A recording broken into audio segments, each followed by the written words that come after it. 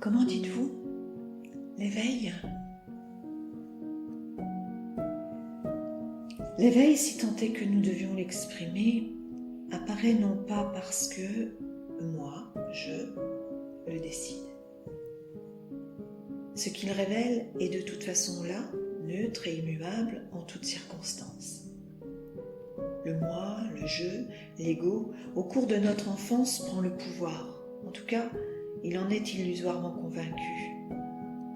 Plus il fait de bruit, plus il a foi en lui et se fixe un point d'honneur à réussir sa vie, ses objectifs propres. Ainsi éduqué, conceptualisé, pour semble-t-il ne pas se perdre, il s'engage dans la lutte effrénée d'être parfaitement heureux. Il juge tout ce qu'il perçoit, discriminant le bien du mal, le bon du mauvais, la paix du tourment, la joie de la tristesse, la réussite de l'échec. Ainsi s'élève l'insatisfaction, la frustration, la culpabilité, conduisant à la souffrance ou à cette joie toujours liée à l'objet. Ces états se succèdent et cette impermanence le conduit inévitablement à la peur.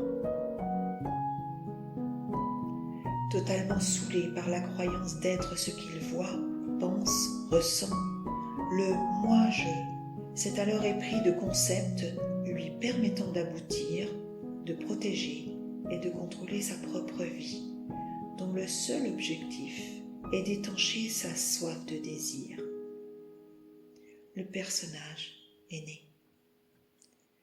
Créé, identifié à sa forme et avec lui un nombre incalculable de scénarios se mettent en place. En effet, tant que nous croyons être personnellement le créateur de notre quotidien, nous en oublions que nous n'en sommes que l'acteur.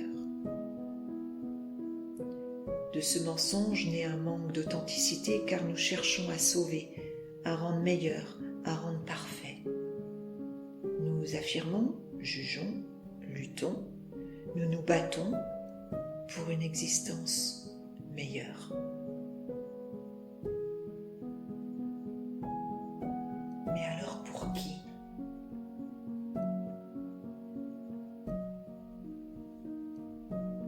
Qui sommes-nous donc pour nous confondre au dialogue incessant qui s'élève avec tant de fougue, de perspicacité, qui sans cesse tient un discours d'opposition, de discorde ou d'hypocrisie? Ce dialogue qui sait, qui discrimine, qui convoite sans relâche, ne faisant que nourrir le bruitage d'un film sans cesse répété de nos vies. Voici ce que le personnage identifié à lui-même fait du temps qu'il croit maîtriser, le temps de sa vie personnelle. Du bruit, encore du bruit, pour ne pas entendre la vérité au plus profond de lui-même et de laquelle il se croit séparé. Il ne peut entendre dans ce vacarme la vérité de ce qui est et qui ne l'a jamais quitté. Juste là, silencieux, ce qui est la scène parfaite en laquelle se produit moi, je, offrant sa condition de bonheur à l'appréciation de son public.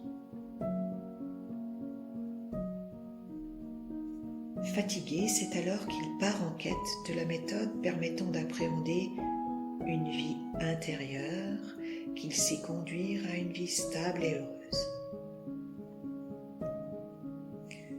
Une autre mission identitaire se met en place. Le chercheur cherche encore, jusqu'à ce que se révèle que ce qu'il cherche n'est autre que ce qu'il est.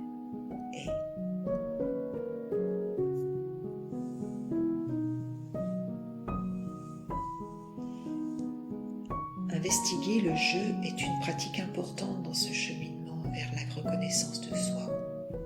Prendre conscience que tout ce que je peux observer n'est pas ce que je suis est une première étape essentielle qui demande engagement et sincérité.